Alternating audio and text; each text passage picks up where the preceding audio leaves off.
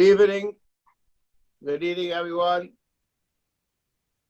What can I say? We're up to the next Yontif, and we're still in the same situation. It reminds me almost of doing tshuva. Every year we come to the same situation, and we say, why are we still here? The answer to the question is because we didn't prepare, we didn't move ourselves, and we're going to try again tonight to see if we can do something to move ourselves to be closer to where we really want to be. The Rambam in Hilchos Tshuva, he tries to tell us that we're obligated to do tshuva. He discusses this in many different places, and I'd like to mention one place in particular which seems to be a little bit odd. The Rambam in Perek Zayin Hilchos Tshuva, Halacha Aleph, says as follows: Hoel v'reshus kol adam nesuna lo k'mo shebiarnu. Since each person has free will, yishtadel ha'adam la'asos tshuva u'lenayer kapav michato. A person should try to cleanse himself from his averis. Kedei sheyamaz v'hu bal tshuva. He should die as a bal tshuva. Kedei sheyizke l'chai olam haba. This Rambam is very difficult to understand. The Rambam tells us there's a mitzvah of vidui. There's a mitzvah to do tshuva. Even the Rambam understands getting involved in the technical aspect. But there are halachas. What does it mean, yishtadel? Yishtadel means that a person should try. He should exert himself in that direction. To say, since a person has the ability of bechira, do tshuva. Why does it use the lashon of lishtadel? This is the question which I would like to give an answer to possibly today. And I would like to discuss another aspect of tshuva which I believe will be helpful. This week, I gave a class someplace on Hilchos Tshuva, and I was asked a question which I wasn't sure if I should cry or I should smile at the question. I explained in this class that there are different things that people have to do tshuva for. And somebody asked me, said, what about if I don't think it's so bad? You know, you are telling me that you have to have charata on the averis that you did. I don't really connect to thinking that it's so bad. I don't see it as such a terrible thing. So the person wasn't denying that if it says in the Torah and you're not listening to it, it's a terrible thing. But over here, there's an emotional aspect of tshuva, which is the important aspect of tshuva. And the person says, I'm just not there. How do I get to where I'm not? That was the question that was asked to me. So I was very happy that the person was forthcoming and telling me the truth, that they just not there. But on the other hand, it's a pitiful state that the person feels that way. And I answered him based on the words of Rabbeinu Yoin and Shari Tshuva. Rabbeinu Yoin and Shari Tshuva tells us that even if it's a mitzvah, we'll call a mitzvah kala, the person doesn't see this mitzvah as being such an important, impressive, cardinal mitzvah or avera. But a person has to realize that HaKadosh Baruch Hu was the one that commanded him to do it. And if the king says, put the spoon on the right side and you put it onto the left side, even though it's a minor infraction on what the king said to do, but the bottom line, if the person does that, he would be obligated treason. They'd probably hang him or something like that. Why? Does it make a difference? Doesn't it make a difference? The answer is, if the king said to do it, it's always a big thing. That's the first thing. In other words, for us to judge whether it's big or small doesn't make a difference, because we're going to be punished for what we did. And I realized that this answer is incomplete, though it's true, but it's incomplete. The reason why I feel that it's incomplete is because this is a intellectual answer to an emotional question. Though it's true that what I said is true, but at the end of the day, I just don't feel that way. So how do we get the person to feel that way? How do we get the person on the page when the person really doesn't feel like, it's not important to me? And I think the answer to the question is, think about it. Think about it. Think about it, and think about it. In other words, if HaKadosh Baruch Hu gave us this commandment, so obviously it's important. Now, I would like to use a mitzvah which I feel safe at using. I don't believe that there's anybody in the audience that I'm speaking to that has any taiva to wear shatnez. I think that that's pretty much we're free of that taiva. And therefore, and not only that, if any of us walked into the store and saw a garment that was shatnez, we would put it down and run. We would never take such a garment. Why? Because the Torah said it's forbidden. We don't have a war over there. So we understand. Hashem said it, so Hashem said it. Now, it's stop and ask that person, do you think wearing shatnez is so terrible? I don't think that the average person can come up with any reason that there's something wrong with wearing shatnez. But we all understand, as a dover pashut, if Hashem said not to wear shatnez, Hashem knows best, and that's the end of it. Why is it when it comes to other areas we don't feel bad? The answer is two things. First of all, we have a Yetzer Hara in that area. And second of all, we've seen like Chava, we've seen people that have already transgressed and they're still alive. So we say, can't be so bad. I could do it too. And it's not so terrible. So those two things blend together to cause a person, and sometimes to say, I'm not really on the page to be doing any tshuva on this because I don't really feel that it's so bad. Now, when we take a step back and we look at what we just said, I think that we would understand that it's quite atrocious. A person to say, I don't say anything wrong, that means that the person has negias. He has personal interests that are making him decide that it's not so important, downsizing the importance of the tzivui of HaKadosh Baruch Hu and inflating the importance of self-gratification. If a person does that, and he stops to think about how he is fickle, and he is moved in his intellectual self by his emotional desires, he would be embarrassed of who he is. The person would see that he himself inside is, I'll just use the expression, an ugly person. There's inside of him, he has motives that force him or try to get him to do things that he shouldn't really be doing. And this, I think, is a key to doing tshuva. Stop and think about it. Stop and think about it. And I'm going to use another issue in the tshuva field as a place for us to think about it. When we do tshuva, we think about people who steal, people who kill, people who embarrass others, barabim, people who are machal Shabbos. We have no shortage of a bad list. We have a people. I want to read to you a Rambam.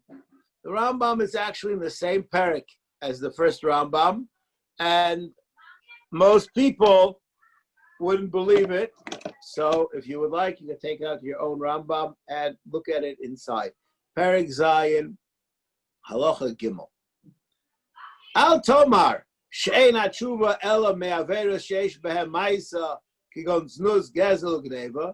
Don't say that tshuva is only relevant to sins that there is an act that was perpetrated.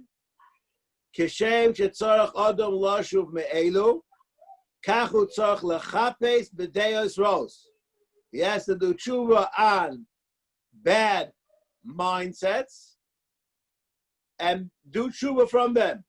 Min hakas, min ha'eva, min hakina, min ha'sacharus. From anger, from fighting with other people, jealousy, competition, umin redifas hamamon v'akoved, running after money or honor, umin redifas macholos u'mekiyotz b'hem. A person who is involved in chesting, goes to the supermarket to see what's new in the market so I could buy something new and tantalize my taste buds, seemingly a totally harmless pursuit, he has to do tshuva on that. Even though he says a shachiyanu on the new fruit, even though he makes a bracha achroina, he has to do tshuva on that.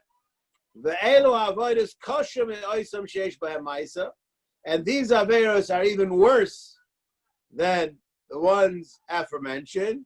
We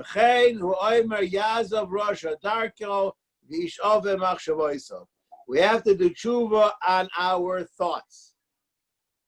Now, the obvious question which many people may ask, we know that hirhure avera are not considered an avera. So how could the Rambam tell us that we have to do tshuva on our thoughts? And it seems to me the answer is that's not what the Rambam is talking about at all. The Rambam is speaking about a person who didn't have a one-time incident. This is his approach to life. He's roidef after these things. He's constantly in pursuit. His hierarchy of what's important and not important in life is all wrong. And that's what he has to do tshuva on. Now, to explain this, I'm going to take another example, which I believe is, I call this a teenage example. There are people who have taiva for food, and the people that have taiva for music. A lot of people nowadays that walk around with earbuds in their ear, I would say 27/7. 24/7 is not enough time to get it all in. And I just always admire, just like glasses, they get bigger and smaller with the change of the style. So too, they used to have these big earphones, and they got small earphones, and they got big ones again. People are very into their earphones. That's almost became a stylish item. Where are you people? What is this all about? So then you find a person who's a food junkie and a music junkie all at once. Now, each one in their own is one thing. When you have both of them together, it looks a little bit excessive. And somebody would say, a person who's not into food, he says, why are you into the food? And the other guy says, why are you into the music? And the other guy says, well, both of those are great. What's the difference? The difference is that if you have the deficiency, then you consider it benign. When you don't, then you're concerned about it and you realize how off it is from the derech that a person is supposed to be on. This is the yesod of tshuva, I believe, of this parak. And we'll discuss a little bit more what it discusses in the parak. Mitzvah Shem, the Shabbos Shuva Drasha, which Mitzvah Shem will be given on Rehov Lachish someplace on Shabbos, is about the subject of busha in the tshuva process. The Rambam, in the beginning of Hilchos Tshuva, Parak Aleph, when he discusses the mitzvah of vidui, he makes a very clear statement, and he says as follows. Ketzad misvada, how does a person do vidui? He says, Ono Hashem chatasi avisi pashati lefanecha, asisi kach v'kach, I've sinned in front of you and done this avera, varei nichamti, I have regret. Boshti b'masai. A component of the text of the vidui is that a person has to say that he was mevuyash. Okay, and now it's very strange because all the other words of the Rambam in this lashon are all components of Vida, which is Charata, Kabbalah al-Asid, etc. This Boshti is off of the subject, at least of the direct subject of what it's supposed to be about. So why is it that the Rambam brings it in? And I'd like to answer this question. This is what I'm going to speak about in Mitzvah Shem over Shabbos, but I'm going to discuss it from the parak that we're in. The Rambam in parak Zayin, which is the parak about the Baal Tshuva. In the next halacha, he says, don't think the Baal Tshuva is meruchok mimares hatzadikim. Don't think the Baal Tshuva is a second-class citizen. And on the contrary, b'makom shavali tshuva, im dimein tzadikim gemurim yicholim la'amoy. And then he says, ugedoyla tshuva. Tshuva is great, shemikareves es ha'adam l'shchina. It's a process that brings a person close to the Shechina. Shenemar, this week's Haftarah, Shuva Yisrael al Hashem Elokecha. You should do tshuva and come to HaKadosh Baruch Hu. V'nemar, etc. V'tshuva mikareves es harachokim. It brings people close. V'emesh hayazeh sonu lefnei hamokom u'meshukas u'meruchok u'metuah. There's a list of adjectives which describes the distance between the perpetrator and HaKadosh Baruch Hu. I don't even want to translate the words. Meshukatz, meruchak, v'ta'eva. V'hayom, and today, ohu v'nechvad v'karav v'yadid. Today, the person, the tshuva, he is close, loved, fondly looked at, and a friend of HaKadosh Baruch Hu. The subject of tshuva is about a person's lost path in life. What are we here for? How do we judge success? Many times, people are busy doing things, and if I'm like in a bad mood, I'll say to them, tell me, would you like them to speak about that at your hesped? That's how you want to go down in history, that's important to you? And all of a sudden the person like loses his zest for what he was doing. Why? Because we all understand underground, we know what's really important, and we really know what's important when we're here. We're just, though that clarity is eclipsed by our desires, but we know the truth. How much tshuva can a person do? There's no limit to how much a person can do tshuva, because the subject of tshuva means coming close to HaKadosh Baruch Hu. And therefore, a person, as the halacha says, it's a shaila in the Gemara, even in Avera, which he did tshuva for last year, he could do tshuva again for it this year. Why? Because being that now he's closer to Hashem, that demands to be fixed over what that was done in the past. This is the avodah pura. Yishtadel, it means it's an ongoing process. Doing tshuva is an ongoing process.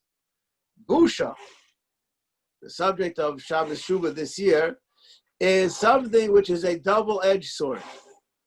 Busha will help a person ask, beg, feel guilty, remorse for that which he did, and will also prevent him in the future from doing the Avera again. Busha has within it the component of Aziva Sachet and of Charata. It's an all-encompassing midah, which is all the components of tshuva really are found therein. So a person has to have it, because to be about tshuva, the person has to be able to say, so to speak, I won't fall into this again. Busha will get you there. Busha will get you there. I'd like to share with you a personal incident, and I believe that this is a useful tool. I had once a situation where somebody embarrassed me, Barabim, in not a good way. And it took me many years to be able to forgive him. And over the course of those years that I was working on it to try to be able to give the person full mechila, I thought a lot about this issue of why can't I let go? And part of the reason why I couldn't let go, I believe, is I was embarrassed. And that embarrassment was a searing pain. Couldn't let go. Comes a point where you don't identify with it to the same level. You can look at it objectively and you can give mechila. Embarrassment is a wonderful, wonderful midah. Embarrassment shows, the Gemara tells us that Yiras Hashem Aponov, Kal Yisrael is by Shanim B'nei Mitzvah B'nei Baruch Shel Avrohom Avinu. It's a wonderful midah, and it has the ability within it to temper the person, not to do things which are below his stature, and also it will make sure that he won't do it again in the future. And this is why busha is essential in tshuva, and we have to understand the more busha that the person has. Rabbeinu Yonah, not going to get involved in it right now, says this is the guarantee that the person will stick with it. And I've seen many times people say that they did something wrong and they tell everybody about it and say, why? Because I'm going to be embarrassed to so many people if I do it again. Person, when he's misvada, he has to sometimes express barabim the avera that he did, and it prevents the person from doing the avera again. As we enter Shabbos Shuva, we have to feel disgraced at where we are. And one of the things that we have to feel disgraced at where we are this year in particular, the Rambam writes that if a magefa comes, one is obligated to cry out, to daven, etc. Where were we this year? Did all of us daven enough? Daven for our loved ones, daven for people that we know that are sick. There's so many things that happen. Where were we? This embarrassment is something which possibly can catapult us as we go into Shabbos Shuva, and we're going to try to prepare ourselves for Yom Kippur. Our tefillos, are our tefillos of Aseres Yemei Tshuva beautiful enough to have rectified those weekdays of the whole year? Or are they an embarrassment for parole time? These are questions which we have to ask. So you say, but Rabbi Zachariash, what do I expect from you? I expect you to be mishtadel. The derech of tshuva is to recalculate what's really important in our lives, and if we do, and we understand, we try to focus on what's important, I'm sure those tefillos, those last 6 tefillos that we have, 8 tefillos that we have until Yom HaKodesh, will be better. I'm sure that as we go through the day, our focus will be better. And in Mitzvah Hashem, we'll just end off as the Rambam says, why did HaKadosh Baruch Hu create the world? So we should be Nehena Mizir Chimoso, that we should get what we're supposed to do. What is the purpose of our soul's creation? The purpose of our soul's creation was not to be in this world. This is where you pay your dues to get the good stuff in the world to come. Now let's look at the Rambam again. I think the Rambam is very clear. The Rambam says,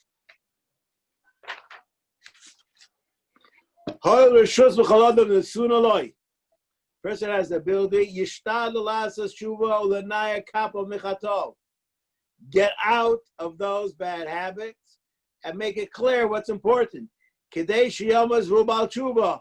is about tshuva? That is a person who is Ohu Nechmod Korav Yedid. That person who has all of the attributes that make him one with HaKadosh Baruch Hu, Kedei Sheyizke L'chai Olam Haba.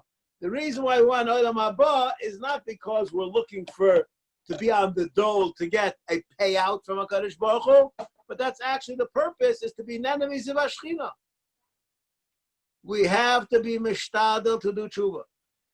And if you weren't successful today, be successful tomorrow, Mitzvah Shem the next day. But each time that we make another attempt, and we are nishtadel, we are becoming that much closer as being a Yedid and Ova HaKadosh Baruch Hu, HaKadosh Baruch Hu Yirachem Aleinu, and we should be Zaycha that this year the Charon Af that we have on us should be taken away, and we should be Zaycha, each and every individual, for all of the brachas that we need. Gezun, Parnasa, Shalom, whatever it may be that we need, we should have that which we need, and all of our community should have that which we need, and we should be Zaycha Mitzvah Hashem, that we should be able to celebrate even Yom Kippur in the Beis HaMikdash. And Mitzvah Hashem, we should be Zaycha to Tshuva Shlema, not a Gula Shlema, a Tshuva Shlema B'mheira, and with that we'll be Zaycha Mitzvah Hashem to the Gula B'mheira. Good night. Thank you for being with me. Okay.